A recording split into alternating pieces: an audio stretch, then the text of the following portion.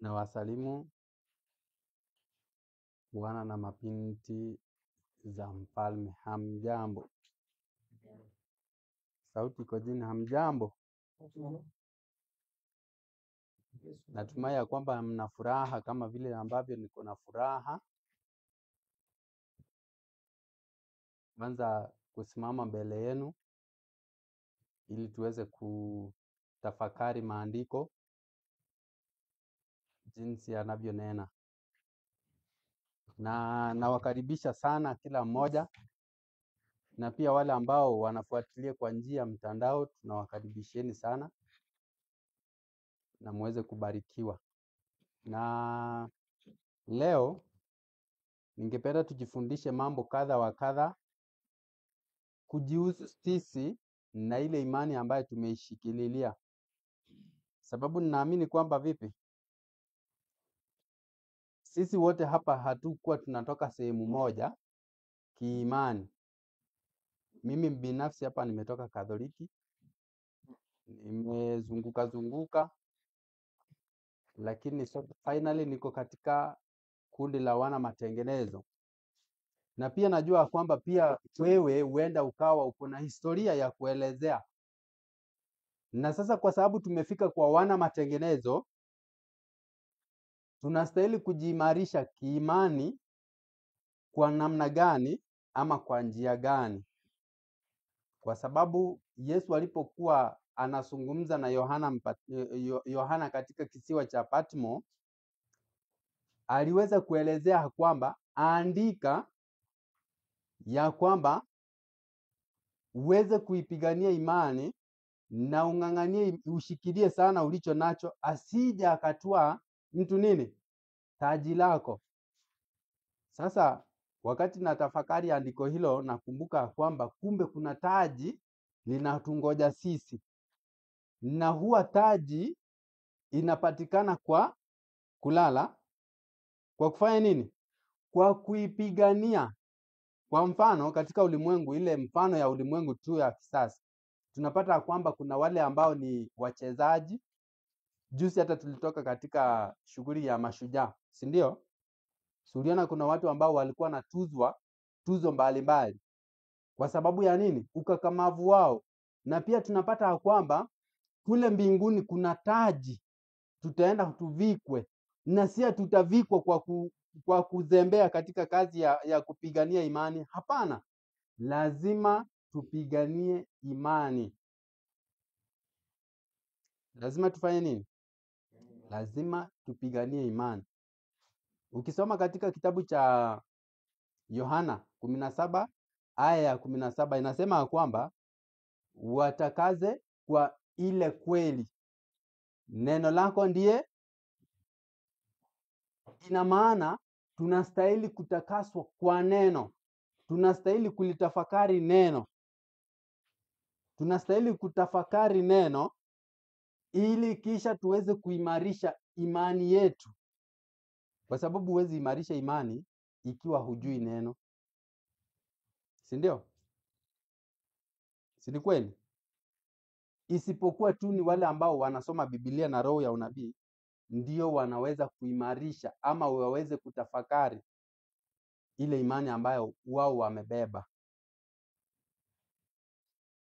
Ningependa tuombe alafu tuweze kuendelea. Tuombe.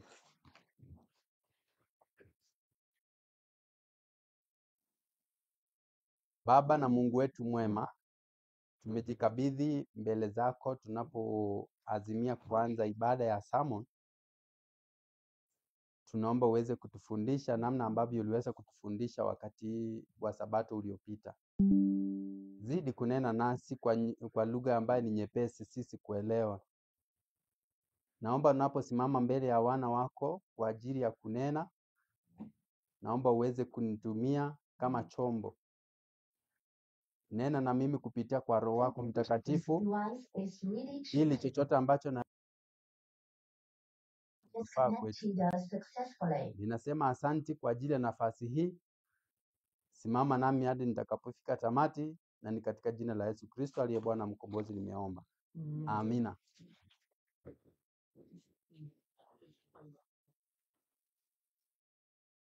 nimeuliza swali, tutaweza kujiimarisha kivipi? Lazima kwanza tuweze kufanya nini? Tuweze kufanya kitu inaitwa mazoezi ya neno. Ili tuweze kutakazwa na neno, lazima tufanye zoezi la neno. Kwa sababu ukiangalia wale ambao wanang'ang'ania ushindi wa michezo mbalimbali, utakuta kwamba wanachukua muda wao mwingi katika kufanya mazoezi. Kumbe pia kwa imani pia kuna zoezi ambayo tunastahili kuwa tunafanya. Na ndio unaona Mungu alijua ya kwamba mwanadamu nitakapomwacha aweze kufanya kazi ya kujiimarisha maisha yake na afya yake, ataweza kunisahau. Akaweza kutenga siku moja ambayo tunakuja kujifundisha. Kwa hivyo tunapokuwa hapa tunakuwa shule ya kujifundisha namna ya kuimarisha nini? Imani yetu. Na ndio unaona wengine wakati tunaendelea kujiimarisha hivi, wengi wanafanya mambo yao kimzaha, wengi wanaanza kupanga vitu ambavyo havihusiani na nini? Na imani. Ningependa nisomee kitabu cha Yakobo. Yakobo 4 aya yake ni ya 14 na 15. Nafikiri andiko langu la kwanza ndio hiyo. Niweze kujenga mada.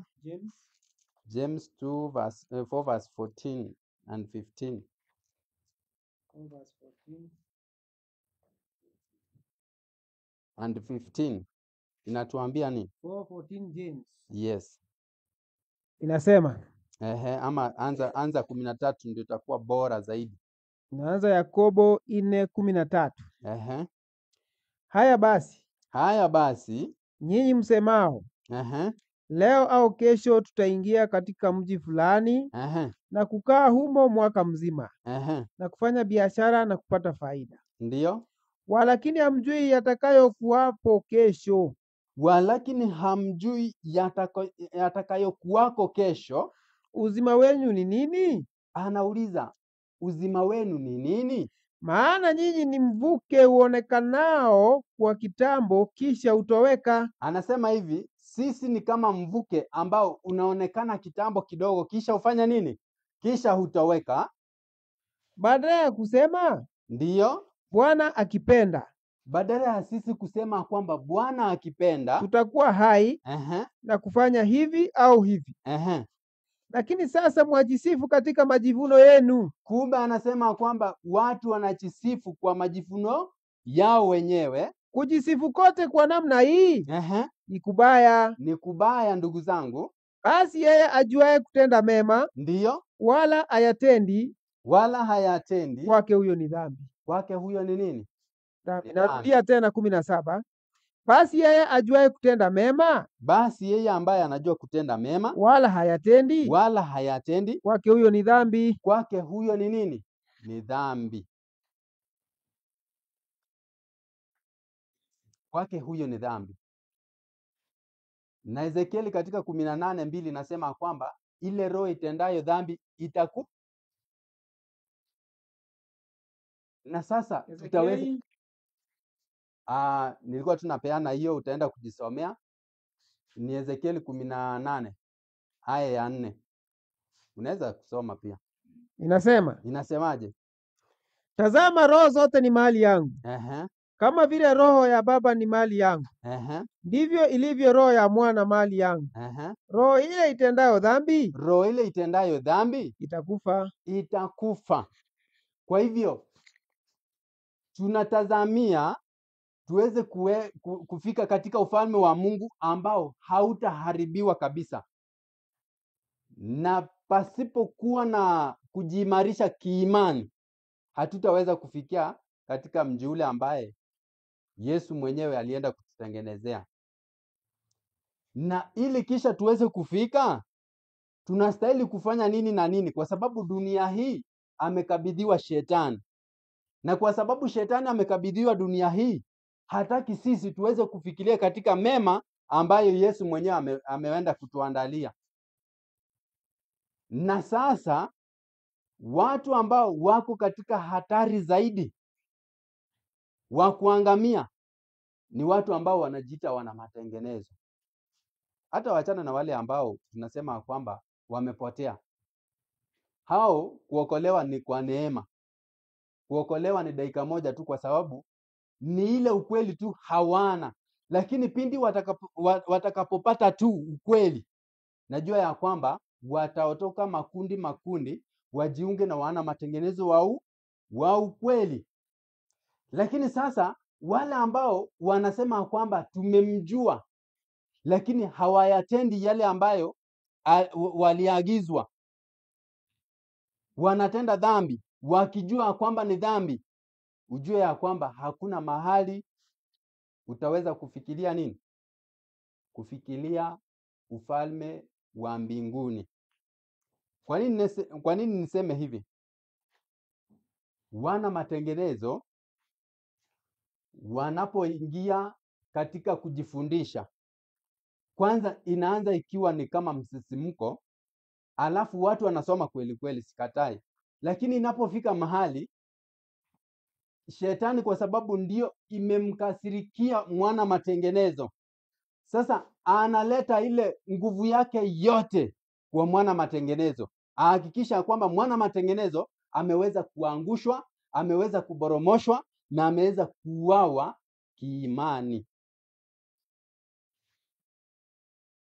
Kwanza sisi wote tunajua kwamba tuko mstari wa mbele katika kudanganywa kabisa na shetani ama kujaribiwa na shetani. Lakini wale tu watakaosimama katika kweli, kwa sababu tumeambia kwamba ili uweze kutakazika lazima ufanye nini? Lazima uangazie neno la Mungu. Lazima uangazie neno la Mungu. Utakuta kwamba ukisoma kitabu cha Mathayo 25 inaongelea wale 10 virgins, 5 ambao ni werevu na 5 wapumbavu. Kumbe walikuwa katika sehemu moja, wanajua ya kwamba kuna bwana harusi anakuja kufunga ndoa, na kwa sababu anakuja kufunga ndoa lazima wangekesha. Lakini sasa kuna wale ambao walikuwa wapumbavu, licha ya kwamba wanajua kwamba kuna bwana harusi anaingia, lakini hawakuwa wamejiandaa kikamilifu. Na ndio nikasema hivi, ili tuweze kulinda imani lazima tufanye mazoezi ya kulinda imani. Unaangalia Paulo alipoandika waraka wa Timotheo wa pili, aliandika akasema kwamba imani ameilinda. Kwa hivyo tunastahili pia sisi kuilinda nini? Imani. Kwa sababu hiyo imani ndiyo shetani anafanya nini? Anatunyang'anya. Na akitunyang'anya imani, ile taji hatuifiki. Hatufanye nini? Hatuifiki. Sasa nipatie kitabu cha Wakorintho.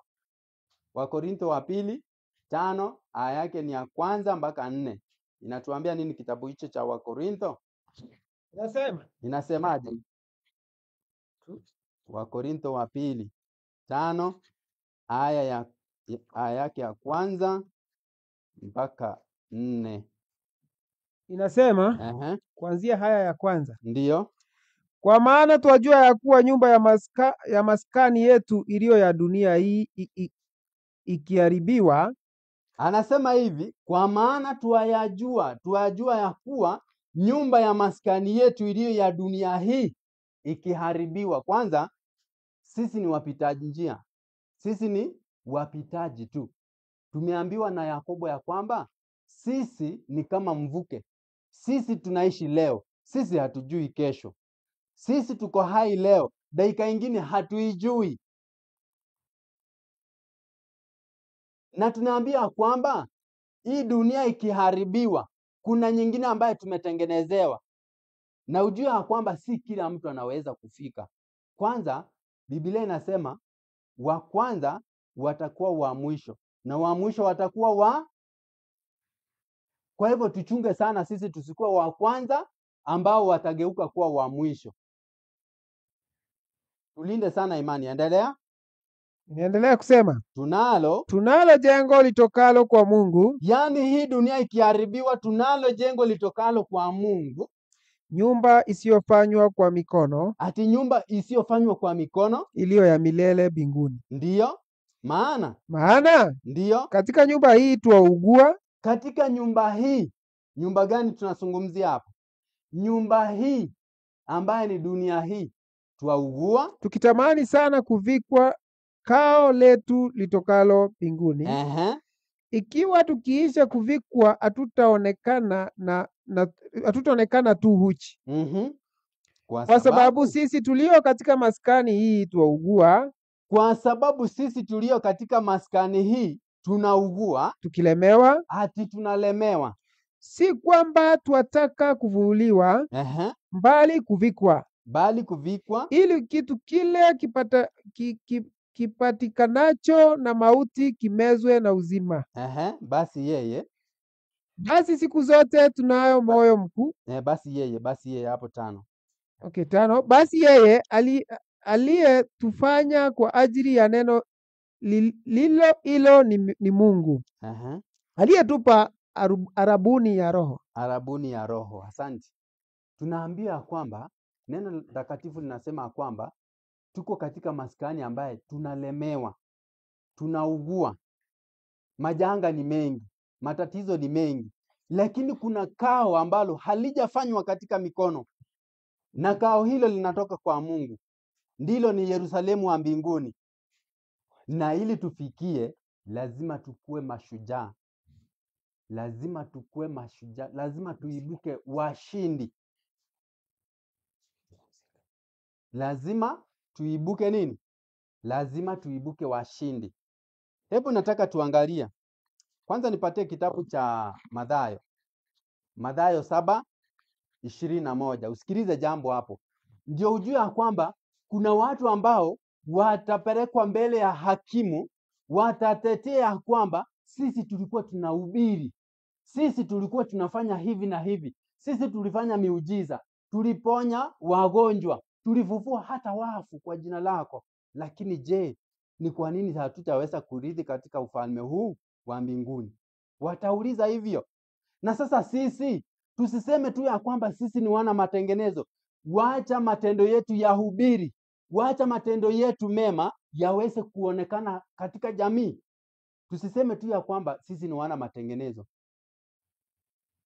Tutakapofika mbinguni tuseme, si mimi nilikuwa mwana matengenezo, si mimi nilishika sabato, si mimi nilitunza sabato, si mimi nilihubiria hata jirani. Hapana, kuhubiri peke yake hakutoshi. Soma andiko usikilize. Inasema nini? Mathayo 7:21. Ubarikiwe sana. Nasema hivi. Si kila mtu aniambiaye Bwana, Bwana atakayeingia katika ufalme wa mbinguni. Sikiliza vizuri hapo. Anasema kwamba si kila mtu aniambiaye Bwana, Bwana atakayefanya nini? Atakayerithi ufalme wa mbinguni. Tuende. Bali ni yeye afanyaye mapenzi ya Baba yangu kwanza aliye mbinguni. Hapo kwanza vizuri. Bali ni yeye afanyaye mapenzi ya Baba yangu aliye mbinguni. Kwa hivyo sio wote. Unajua maandiko hayasemangi uongo. Chochote chenye kimeandikwa lazima kitimie.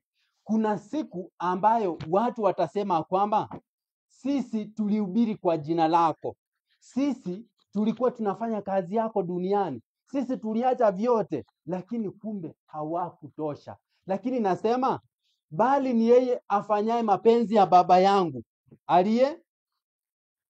Endelea kusema. Ndiyo. Lakini 22. Wengi wataniambia siku ile. Nilikuwa nataka urudie kwanza hiyo 21. Narudia. Si kila mtu aniambiaye Bwana, Bwana atakayeingia katika ufalme wa mbinguni, bali ni yeye afanyaye mapenzi ya Baba yangu aliye mbinguni. Bali ni yeye afanyaye mapenzi ya Baba yangu aliye wapi? Mbinguni. Kwa sababu gani? Wengi wataniambia siku ile, Bwana, Bwana, hatukufanya unabii kwa jina lako, na kwa jina lako kutoa pepo, na kwa jina lako kufanya miujiza mingi? Ndipo nitawaambia dhahiri, sikuwajua nyinyi kamwe, ondokeni kwangu nyinyi mtendao maovu. Anasema hivi, wengi watamwambia Bwana siku ile. Tunajua kwamba kuna siku ambaye Yesu atarudi. Kuna siku ambaye Yesu atatuweka hukumuni. tunajua kwamba kuna vitabu vya kurekodi mambo ambayo tunatenda duniani, na ndivyo vitafunguliwa mbinguni. Na wengi watasema, sisi Bwana, si tulihubiri kwa jina lako, sisi tukatoa pepo kwa jina lako. Lakini kumbe Yesu atawaambia dhahiri kwamba mimi sikuwajua ninyi, kwa sababu hawakutenda nini? Mapenzi ya baba yake. Kumbe peke yake kigezo cha kwanza kufika mbinguni siyo ishara. Kumbe kigezo cha kufika mbinguni si kuhubiri tu, bali kushikilia imani. Unajua watu udhani ya kwamba kwa sababu mimi nina ujumbe wa malaika watatu, mimi nahubiri kabisa vizuri unabii, mimi naweza kuhubiri unabii kabisa vizuri, sio tiketi ya kufika mbinguni. Sio nini? Sio tiketi ya kufika wapi? Mbinguni. Lazima pia uweze kujihoji, uweze kujiadhari, uweze pia kujiangazia maisha yako.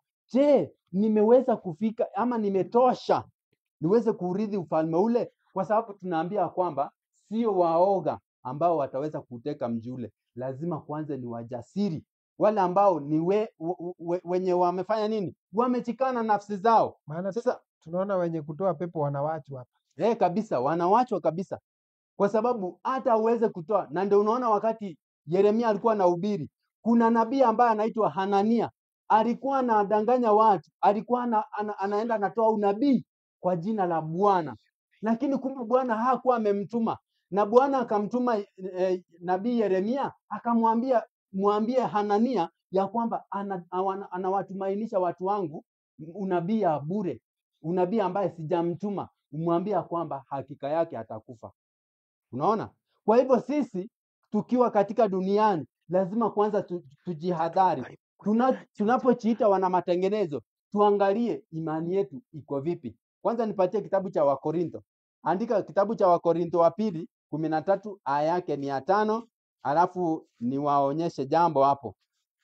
Tunaambia kwamba tujiangalie, tujihoji. Wakorintho wa pili 13:5. 13:5 Wakorintho wa pili. Inasemaje? Jijaribuni wenyewe kwamba mmekuwa katika imani. Sikiliza, Paulo anaandika, anasema jijaribuni wenyewe kwamba mmekuwa katika imani. Jidhibitisheni wenyewe. Sikiliza kwanza, anasema hivi, tujidhibitishe wenyewe.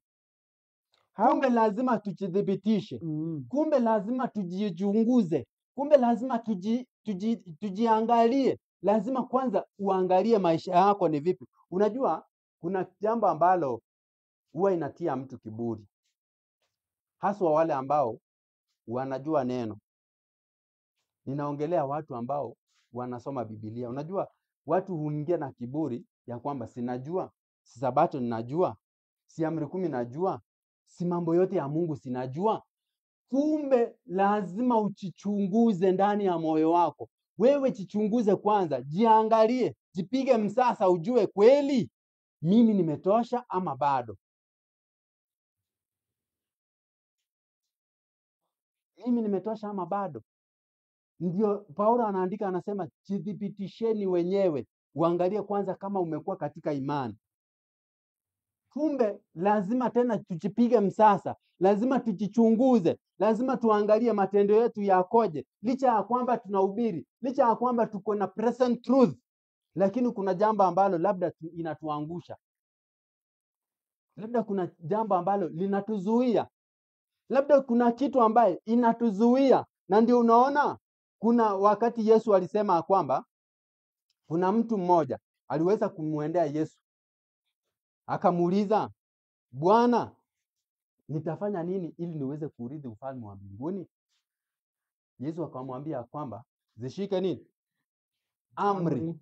Yeye akasema mimi nimeshika haya yote, mimi nimeshika kila kitu, ni nini nimebakisha ili tena niweze kurithi ufalme wa Mungu? Yesu akamwambia kwamba nenda ukauze ulivyo navyo uwapatie nani? Maskini. Yeye alifurahia jambo hilo. Alifurahia jambo hilo. Mwalimu, kwanza ilikuwa hivi, auze alafu amfuate. Ndio. Sasa yeye aliona context ya kuuza, hakuona ya kumfuata. Sasa yeye akaona aenda auze vitu ambavyo amevitolea jasho kweli akitafuta. Yesu akagundua ndani ya moyo wake kwamba ni nini hakuwa naye, ni nini alikuwa amepungukiwa naye. Yes, amri amezishika vizuri, hii haina tatizo. Hata Yesu mwenyewe alijua ya kwamba ameshika. Juu aliuliza ni gani, akasema kwamba ni haya, usizini, usifanye nini, hivyo vyote kama ilivyo katika amri 10. Lakini alipungukiwa na jambo. Ni nini aliweza kupungukiwa naye? Ninauliza basi. Ni ubinafsi, selfishness, sio? Nabii nasema huyo mtu alikuwa na santi. Tuko pamoja? Kumbe kuna jambo ambalo ni kidogo, unaona tu ni kidogo, lakini hilo kidogo inaweza kukukosesha usifike mbinguni. Hiyo kidogo hiyo yenye unadhani ya kwamba ni kidogo, kumbe hiyo ndio itakuzuia usifanye nini? Usiweze kufika mbinguni. Na ndio unaona wanafunzi wake wakamwambia, na sasa tumeuza vyote, tunakufuata, sisi tutapata nini? Akawaambia kwamba furahini. Kwa sababu gani? Kwa sababu majina yenu yameandikwa mbinguni. Na tena kuna kisa kingine. Kuna wakati wanafunzi wa Yesu walikuwa wanahubiri, wakaenda wakatoa pepo, wakaenda wakatakasa watu. Waliporudi wakakuja wakamwambia Yesu, hivi Bwana, hata kumbe pepo wanatutii kwa jina lako. Yesu alimwambia nini? Sikiliza vizuri hapa. Yesu aliwaambia nini? Nasema hivi, wanafunzi walienda wakatoa pepo, wakarudi kwa Yesu, wakamwambia Yesu, sisi tumestaajabia neno hili, kumbe mapepo wabaya wanatutii kwa jina lako. Lakini Yesu alimwambia nini? Aliwaambia nini? Kama mnaweza kumbuka kisa hicho. Aliwaambia msifurahi kwa sababu mapepo wabaya wanawatii. Si ndio? Aliwaambia hivyo. Kumbe watu wanapotiiwa na mapepo wabaya, kumbe kuna kiburi inaingia. Si ndio? Kumbe kutoa pepo sio kigezo kwamba wewe umeweza. Bado. Kumbe bado. Nataka tuingie katika kitabu cha Roho ya Unabii tuweze kuangalia jinsi ambavyo katika kitabu cha 5T. Kitabu cha 5T, andika 5T 2:11 paragraph 1. 2:11 paragraph 1. Inasema hivi, kundi ambalo halijahuzunishwa na kuporomoka kwao wenyewe kiroho wala kuomboleza juu ya dhambi za wengine. Juu ya nini? Dhambi za wengine. Litaachwa bila muhuri wa Mungu. Bwana anawaagiza wajumbe wake, ati usikilize hapa. Bwana anawaagiza wajumbe wake. Kwanza wajumbe ni kina nani? Wacha niulize tu, wajumbe ni kina nani? Wanaweza kuwa ni malaika, wanaweza kuwa ni wanadamu. Si ndio? Wajumbe wana matengenezo, ni wajumbe si wajumbe? Ni wanaume ama wanawake? Ni wanaume ama wanawake? Wanaume ama wanawake? Naona kuna kashaka kidogo. Inatuambia hivi, Mungu anawaagiza wajumbe wake, wanaume walio na silaha ya kuchinja mkononi. Yaani wote ambao ni wajumbe, wanawake na wanaume, wale ambao wanapeleka ujumbe wa sasa. Si ndio? Inasema hivi, piteni katika mji yake, mkapige jicho lenu lisikie, wala msiwe na huruma. Waueni kabisa wazee na vijana na wajakasi na watoto wachanga na wanawake, lakini msikaribie mtu yeyote mwenye hiyo alama, mkaanzia patakatifu pangu. Ndipo wakaanza mbele ya wazee wa Bwana. Hawa ni wale ambao wanapeleka ujumbe, ni wajumbe. Wanaambiwa kwamba wapeleke ujumbe vile iko, waende wahubirie watu kuhusiana na present truth, kuhusiana na jinsi ambavyo yeye amekaribia kurudi, na asibakishe neno lolote hata dakika moja. Lakini je, wahubiri wa sasa, licha ya kwamba wako na ujumbe, je, wanatahadharisha watu kuhusiana na ujio wa Yesu mara ya pili? Hiyo ni jambo ambalo tunastahili kuangalia. Hebu tuangalie katika pastoral ministry. inaitwa pastoral ministry. Andika pastoral ministry ni PAM katika 330 katika 3 kabla tujakuja hiyo, hebu tuende kwanza katika councils for the church, councils for the church CCH 333 paragraph 5 inasema hivi. 333 paragraph 5, sio wote wanaodai kushika sabato watatiwa muhuri. Sikiliza hapa, sio wote wanaodai ya kwamba wanashika sabato watatiwa nini? Kumbe kuna wasabato wanaojiita wasabato ambao hawatapokea nini? Muhuri. Hawatapokea muhuri. Kwa sababu gani? Ni nini kitawakosesha wasipokee muhuri? Ni nini kitawakosesha wasipokee muhuri? We tutajua tu, hata wewe unastahili kujiangalia. Je, mimi ni msabato? Wakati wa sealing, je, nitapokea sealing? Je, mimi nitaachwa nisikue sealed? Nisitiwe muhuri? Si wakati wa sealing ni sasa unaendelea. Ni sawa. So, si ndio wakati wa sealing, si ndio sasa? So, unastahili kujiuliza, wakati kunaendelea kusiliwa watu, je, mimi pia ni miongoni mwa wale ambao wanatiwa muhuri ama mimi niko nje? Unastahili kujiangalia, unastahili kujihoji. Je, imani yangu inatingika? Je, imani yangu nimeijenga katika msingi gani? Niko katika msingi ambaye ni imara ama niko katika msingi ambaye inaweza kupigwa dhoruba na ikaanguka? Si ndio? Kwa sababu tunastahili kuogopa sana tusikose nini? Tukikosa seal, ujue kwamba no heaven kabisa. Hiyo hapo yako imeisha. Na kumbe kuna wasabato ambao wanashika sabato lakini hawatapokea nini? Hawatapokea muhuri. Kuna wengi, sikiliza, inaendelea kutuambia hivi, kuna wengi hata miongoni mwa wale wanaofundisha ukweli wa wengine ambao hawatapokea muhuri wa Mungu katika vipaji za nyuso zao. Haya. Kumbe pia wale ambao wanahubiria wengine, wenyewe kwanza wanaweza kosa kusiliwa. Hii si jambo ya kustuka kwanza. Hii ni jambo ya kustuka kwa sababu sasa wao wamehubiria wengine, wengine wamesiliwa, lakini wao wameachwa. Itakuwaje? Na kuambia kuna kazi hapa. Wa kwanza watakuwa wa mwisho na wa mwisho watakuwa. Kumbe hata kwamba unahubiri ukweli gani, ikiwa haujajichunguza, ikiwa haujajirekebisha ama ikiwa haujajidhibiti kiimani, ujue ya kwamba utakuwa miongoni mwa wale ambao ni waovu bila kujua, bila kufanya nini, bila kutambua. Sikiliza, inasema hivi, walikuwa na nuru ya ukweli. Kumbe walikuwa na nuru ya ukweli. Wakati sisi tunahubiri kuhusiana na wale mabikira watano waerevu na wale watano wapumbavu, si jambo la kuchukulia mzaha. Ni jambo ambalo ni kitu ambacho tunastahili kuchunguza sana, kwa sababu ili sije likatimia kwetu. Sisi tuko na ukweli yote. Ama nani hapa hivi ana ukweli? Nani ako na ukweli nusu? Kwa wana matengenezo, nani ako na ukweli nusu? Sisi tuko na ukweli yote. Tunahubiri Biblia yote. Tunahubiri roho ya unabii yote. Hakuna kitu tunabakisha na tunaamini. Lakini hii ukweli yote yenye tuko nayo, tumebakisha nini ili tusipokee seal? Hiyo ni jambo ambalo tunastahili kutafakari sana. Walikuwa na nuru ya ukweli. Sikiliza, walijua mapenzi ya Bwana wao.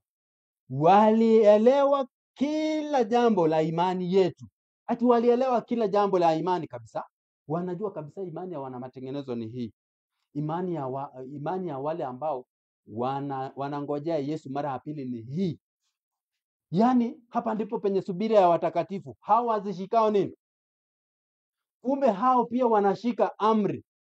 Na wako na imani kabisa, wako na present truth, lakini kuna jambo, kuna kadent kimewakozesha. Sikiliza, inaendelea kusema hivi, walielewa kila jambo ya imani yetu, lakini hawakuwa na kazi zilizolingana nao.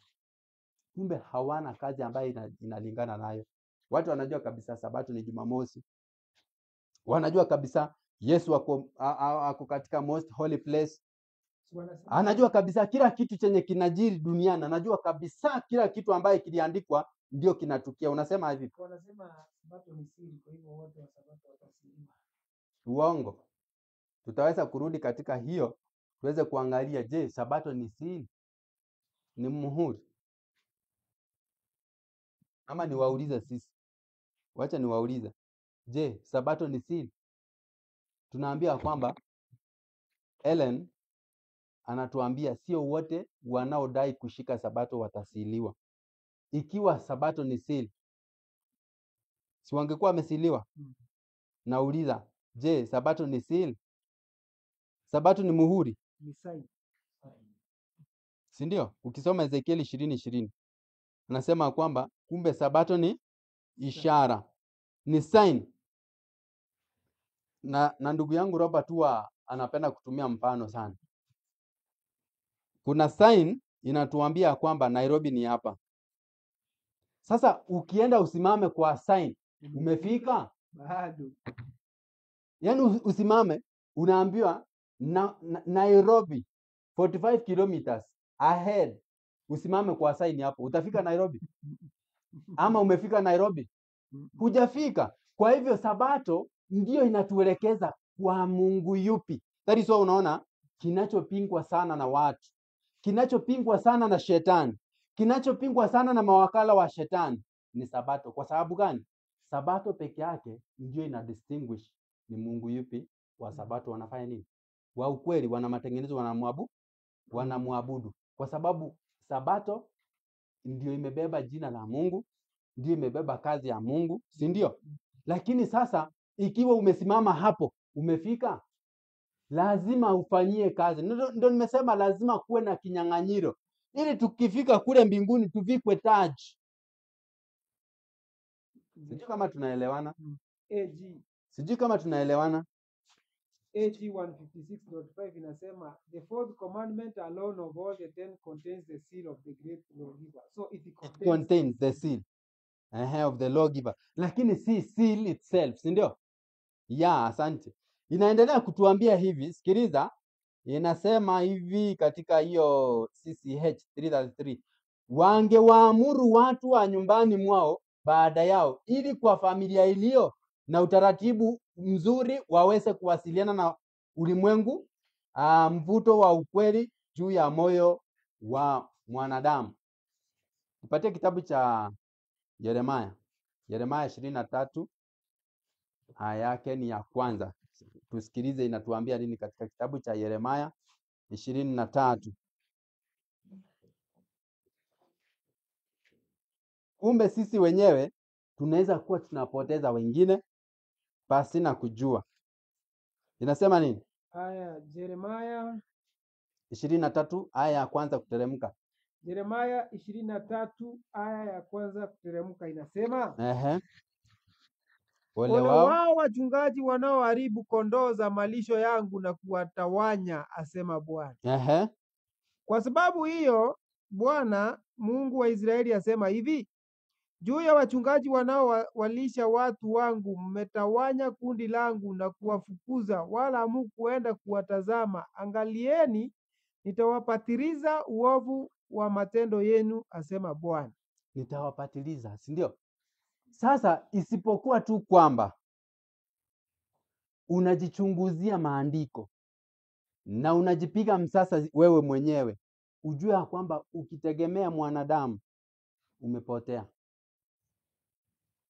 Ukitegemea mwanadamu umepotea.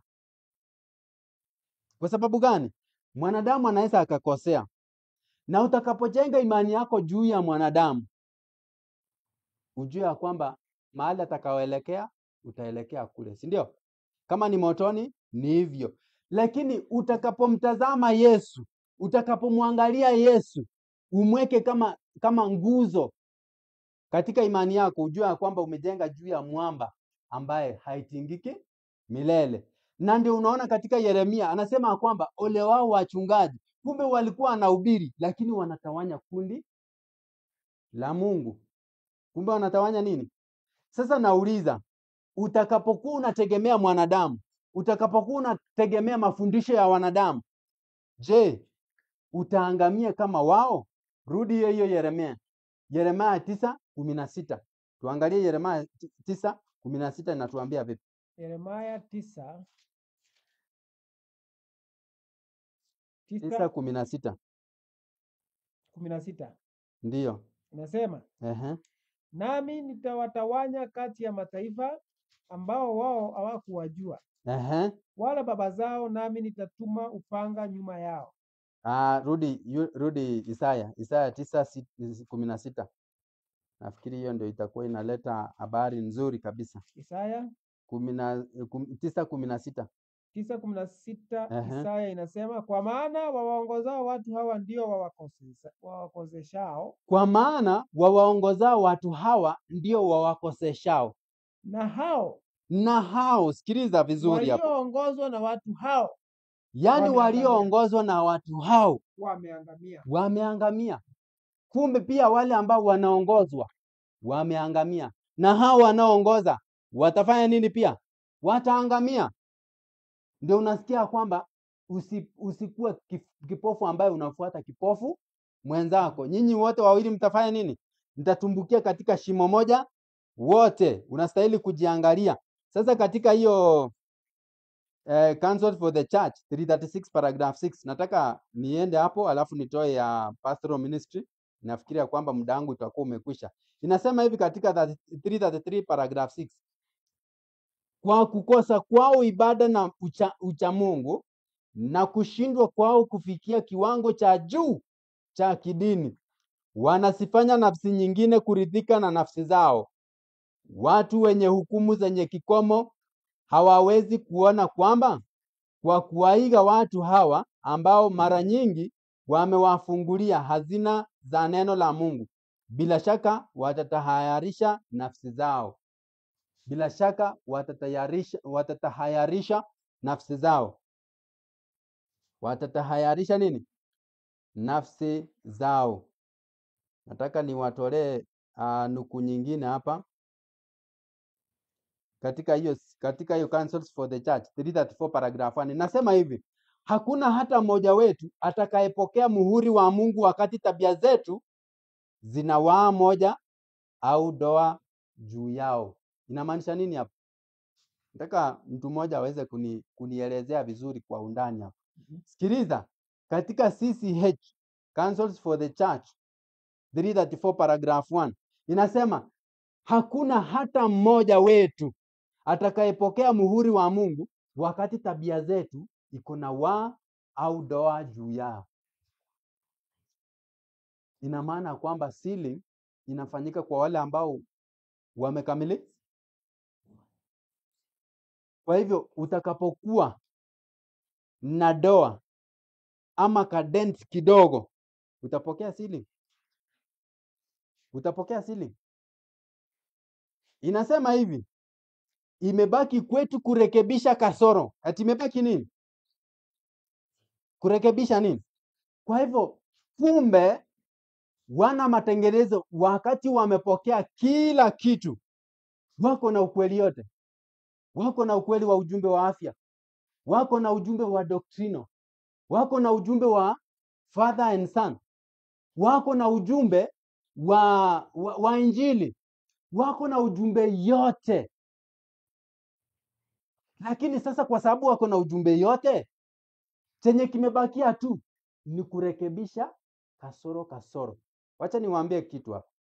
Unapojenga nyumba, umejenga nyumba, umekamilisha nyumba, umepiga rangi, umetengeneza kila kitu, chenye kimebakia ndio uweze kuingia nini? Huwa unaangalia nini kabla hujaingia? Ninauliza swali. Swali rahisi tu. Umejenga nyumba, umetengeneza kila kitu, imekamilika mpaka umepiga rangi kila kitu, lakini hujaingia. Ni nini huwa unaangalia kabla uingie? Lazima uangalie iko na kasoro gani, kama kuna mahali ambayo ina leak, kama sijui nini, stima iko sawa, kila kitu isiko sawa, si ndio? Ndio ukiingia ujue kila kitu imekamilika, si ndio? Sasa kwa sababu sasa sisi tunaojiita wana matengenezo, ukweli yote tumetengeneza, ukweli yote tumeubeba, kila kitu tuko nayo, lakini chenye kimebaki ni tutoe kasoro kidogo. Tunatengeneza kujisafisha ili tuweze kuwa weupe katika matendo yetu. Tunajua kwamba katika Ufunuo wa Yohana tunaambia kwamba wale walioalikwa karamuni ni wale ambao wako na mavazi meupe.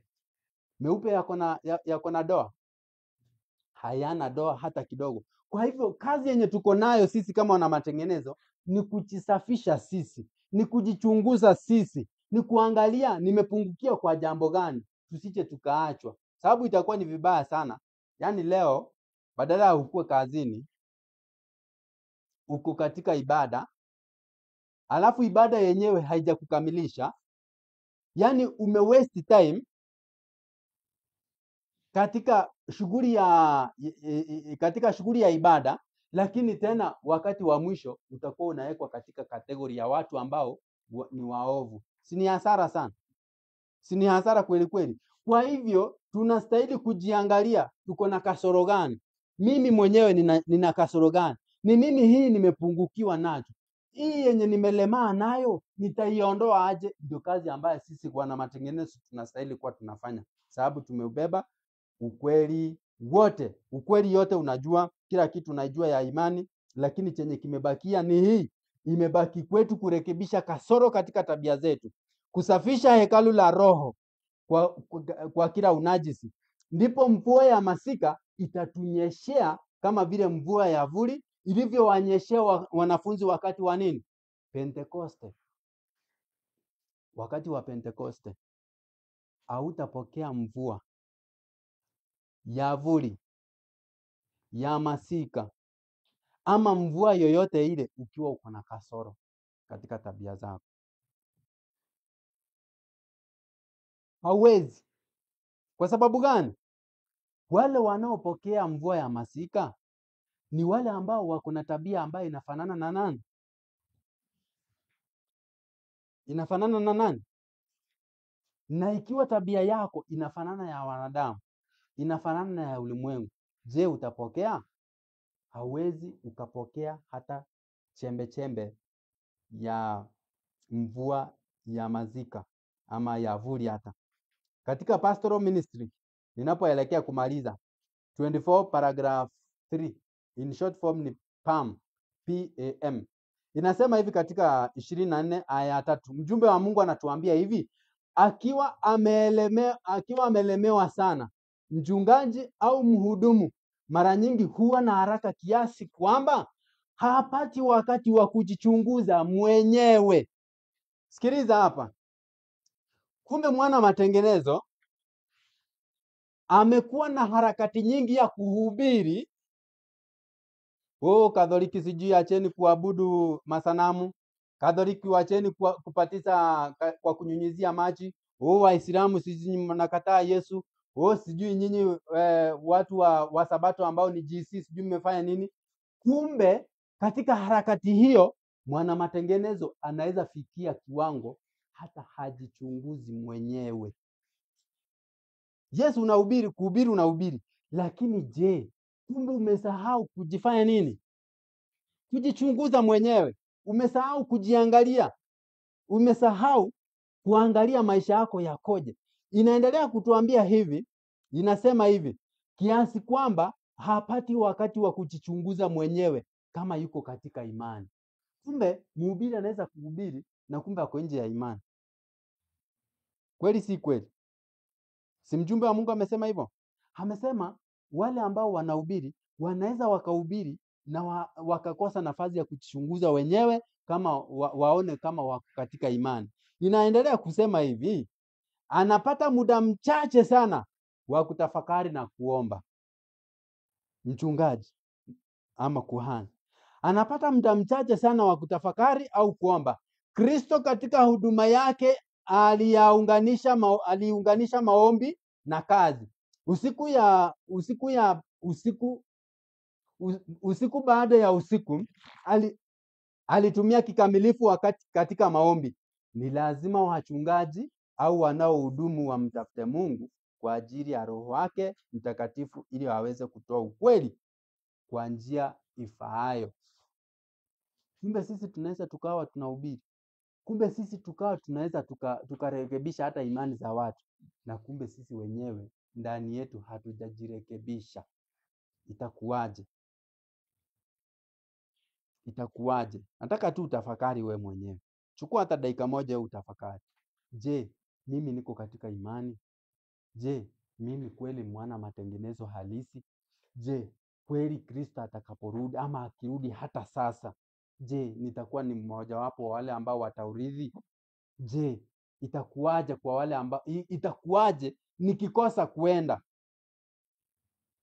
Cha msingi zaidi ni je, itakuwaje nikiaibishwa kwamba Amos, mimi sikujui, na ujua kwamba nimetia bidii sana, nimetumia muda wangu mwingi katika kuhubiri, nimetumia muda wangu mwingi katika kuchunguza maandiko, lakini nitaambia kwamba mimi sikujui.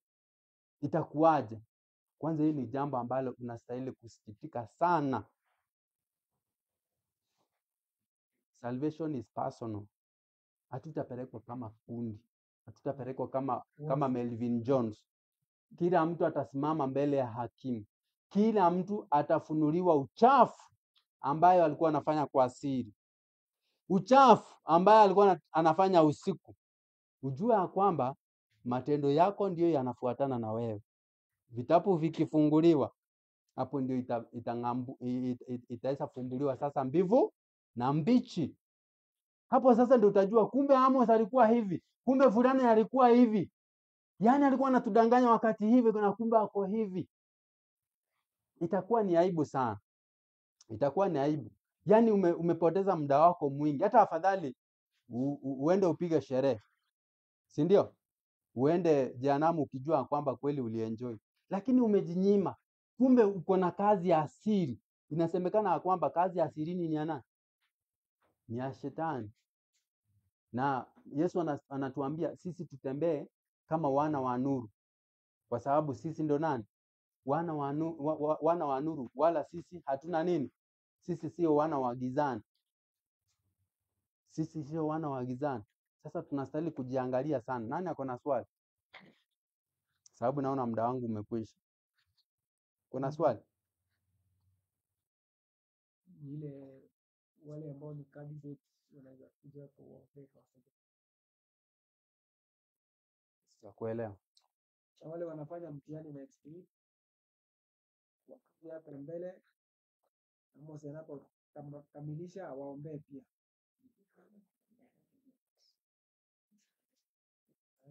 Nafikiri imeeleweka. Candidates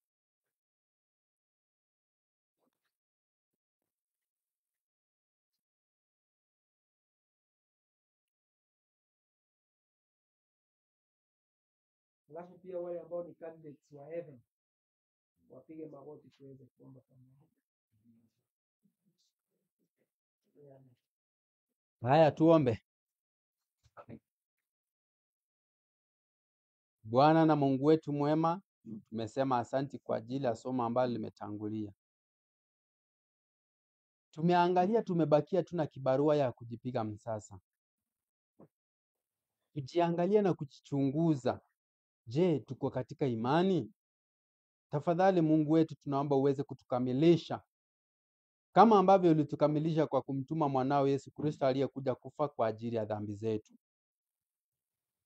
Damu yaliyomwagika katika msalaba, tunajua kwamba yalituosha dhambi zote, yakabeba udhaifu wetu wote, na sasa kibarua imebakia tu ni sisi tuweze kumfana Kristo mwanao. Utusaidie wakati tunaendelea kutengeneza tabia zetu. Utusaidie wakati tunaendelea kuimarisha imani yetu. Simama na sisi wakati wa dhoruba kali. Tunajua kwamba hatuwezi bila ya kumvaa mwanao Yesu Kristo, kama vile ambavyo uko ndani ya Kristo na Kristo ako ndani yako, na kwa kupitia kwa imani pia sisi tutakuwa ndani ya mwanao Yesu Kristo. Tunasema ni asante kwa ajili ya somo hilo, kwa sababu umeweza kutufundisha namna ya kujiimarisha Tusiwe tunapiga kifua ama tunajipiga kifua kwamba tuko katika imani na kumbe tumepungukiwa sana. Tunajua ya kwamba tuko na udhaifu, tuko na unyonge, lakini uweze kutusaidia wakati tunaendelea kupigania afya zetu na imani zetu, na katika ulimwenguni huu uweze kutusaidia sana, tusije tukakosa yale mema ambayo umetuahidia hapo mbele. Ninapoendelea kuomba, naombea mwanafunzi ambaye anafanya mtihani. Najua ya kwamba uko na kusudi na mtoto huyu. Najua ya kwamba umeweza kumjalia, ameweza kufika kiwango ambaye ameweza kufikia katika maisha, na anavyoendelea naomba uweze kumtumia, kwa sababu tunajua kwamba hawa ndio wajumbe ambao ni wajumbe wa kesho wakati sisi tutakuwa hatumo. Na anapofanya mtihani huo uweze kumsaidia, uweze kumpatia na akili ambayo ni ya kukumbuka yale yote ambayo ameweza kufundishwa, aweze kupita mtihani huo. Na wote wanaofanya mtihani huo katika nchi yetu ya Kenya na kokote duniani uweze kuwajalia, sababu ulisema kwamba watoto wote ufalme wa mbinguni ni wao. Uweze kuwatumia zaidi ya mno, waweze kukujua na kukutambua ya kwamba wewe ndiye muweza na wewe ndiye unayetumainiwa kwa kila jambo. Tunapoingia katika kipindi chingine, tunaomba uweze kututangulia na uweze kuendelea pamoja na sisi hadi tutakapofika tamati, kwani nimeomba kwa jina la Yesu Kristo mwanao mpendwa, kwa imani nimeomba na hata kuamini. Amina.